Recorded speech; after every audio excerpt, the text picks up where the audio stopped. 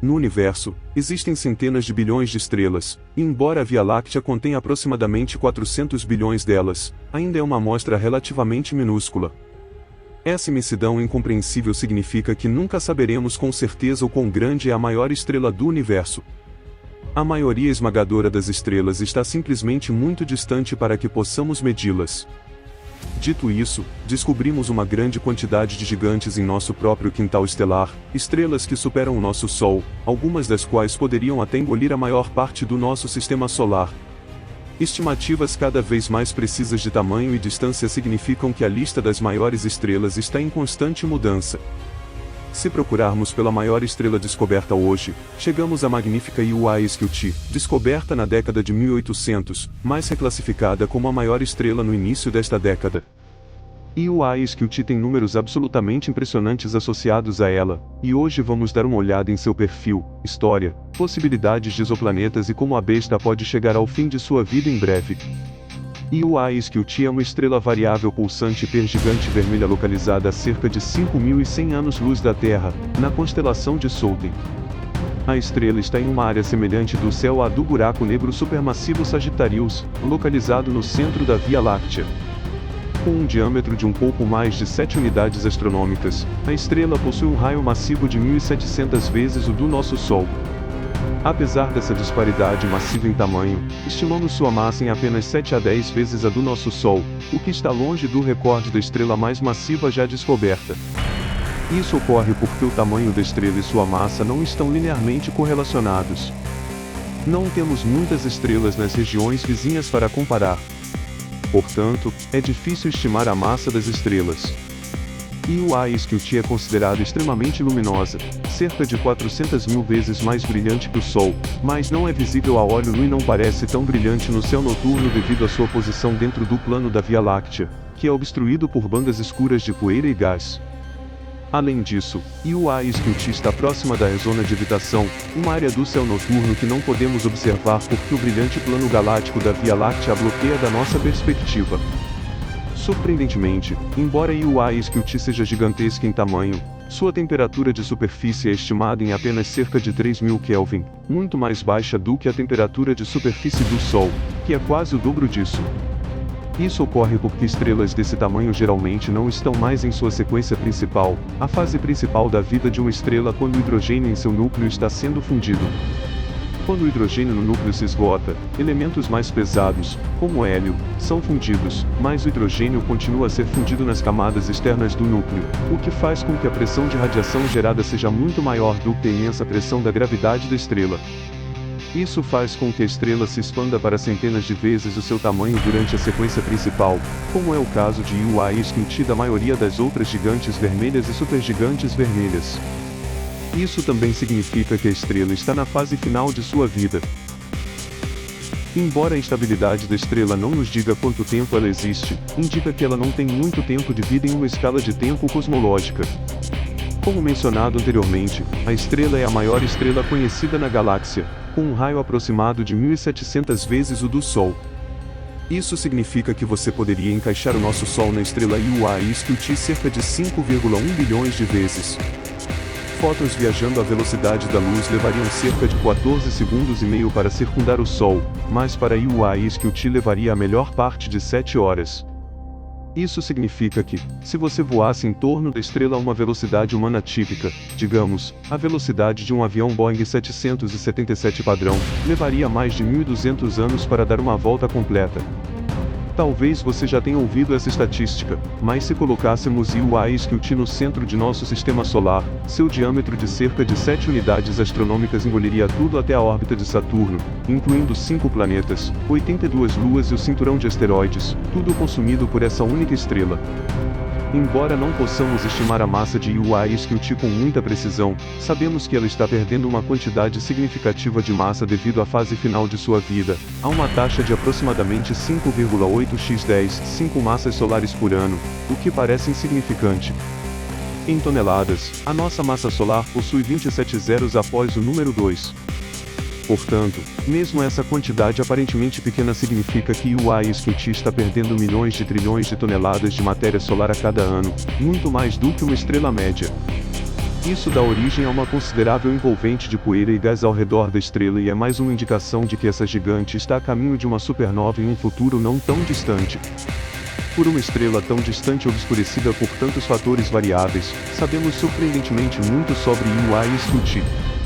Nossa fascinação com as gigantes nos levou a adaptar e refinar continuamente nossas técnicas de observação estelar e catalogação, mas nem sempre foi assim.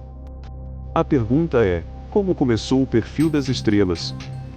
Iuai-Scuti foi observada pela primeira vez há mais de 150 anos, quando astrônomos alemães no Observatório de Bonn a registraram em uma pesquisa em 1960.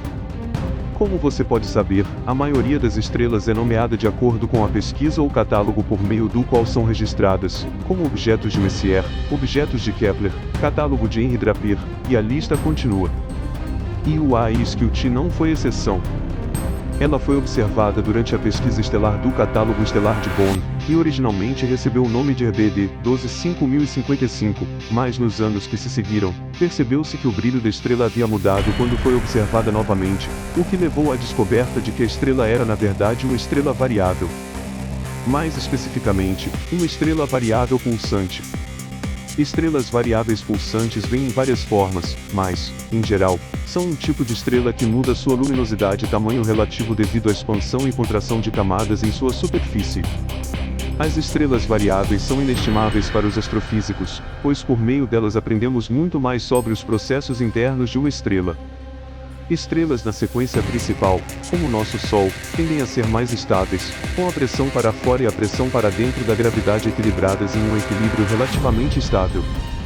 Mas as estrelas variáveis pulsantes pulsam e variam com base na taxa de radiação que escapa do núcleo e das camadas externas da estrela.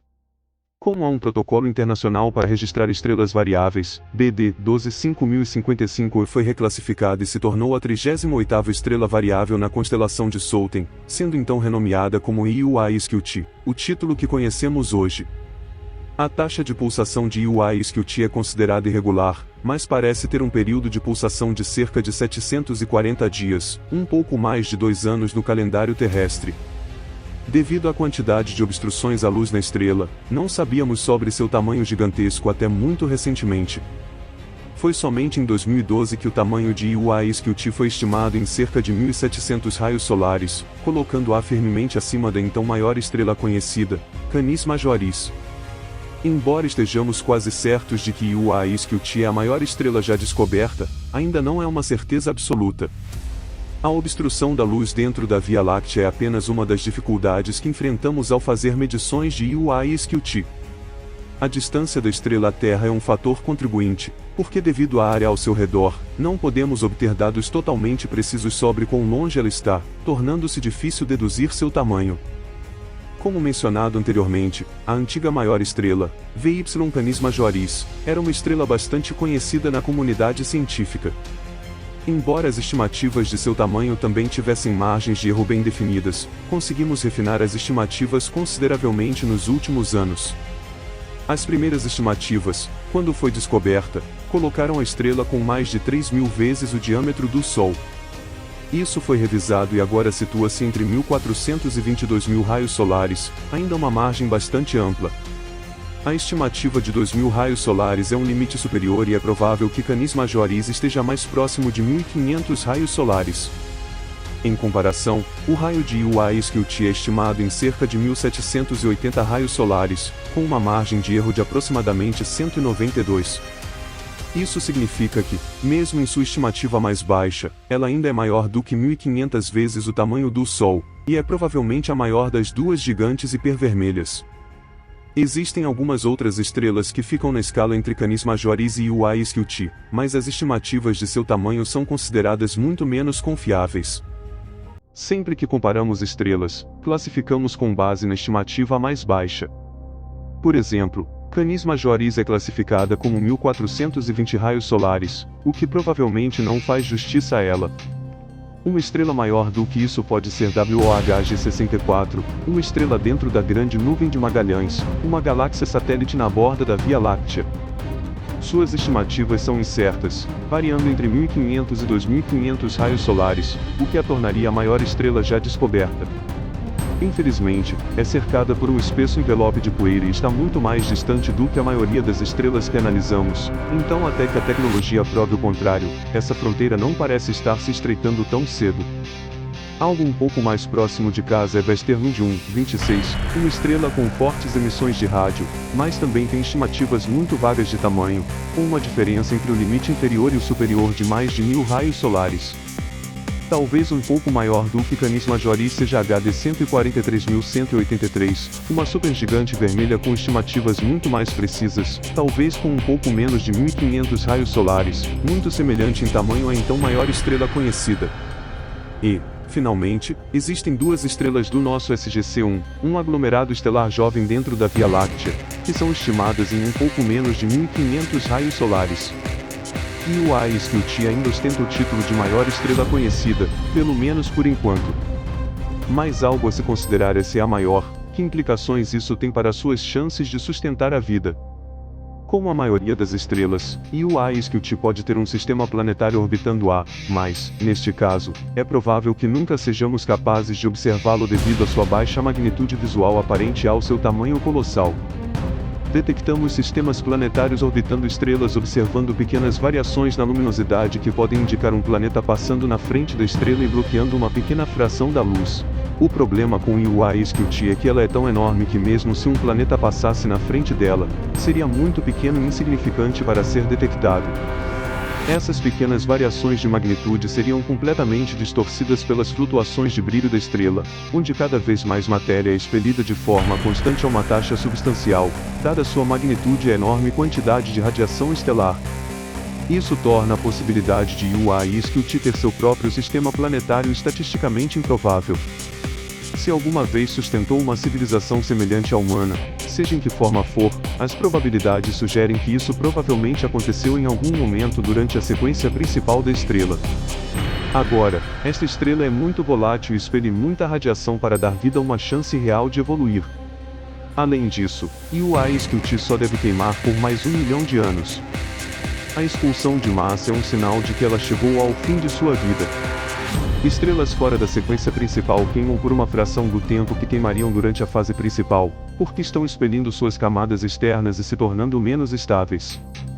Todo o hidrogênio no núcleo com o qual o A/Scuti foi formada já foi usado, e a estrela agora está fundindo elementos mais pesados, transformando-os em oxigênio e carbono. Esse processo continuará e, eventualmente, o hélio será todo fundido, chegando a um ponto fisicamente insustentável. Acredita-se que o A/Scuti possa evoluir para outra fase antes de explodir em supernova, seja em uma gigante amarela, uma gigante azul muito mais luminosa ou uma estrela Wolf-Rayet. Independentemente do que ela evolua, todas essas eventualidades criarão fortes ventos estelares que exporão o núcleo e marcarão o início do fim. Com base em sua localização dentro da Via Láctea, sabemos que o A/Scuti é uma estrela rica em metais, então eventualmente o núcleo começará a fundir ferro. Quando isso acontecer, nenhum elemento mais pesado poderá ser produzido, e a radiação externa que uma vez causou sua expansão para este tamanho incrível não será mais forte o suficiente para equilibrar sua própria gravidade, fazendo com que as camadas externas da estrela entrem em colapso em uma supernova extrema. Devido ao seu tamanho, isso não será apenas uma supernova, mas sim uma hipernova apropriadamente nomeada. Ela explodirá com o poder de mais de 100 explosões de supernovas, emitindo altas quantidades de radiação gama que dizimará qualquer sistema planetário ao seu redor. Felizmente, a Terra estará muito longe para ser afetada, e isso provavelmente não acontecerá por pelo menos mais 1 milhão de anos.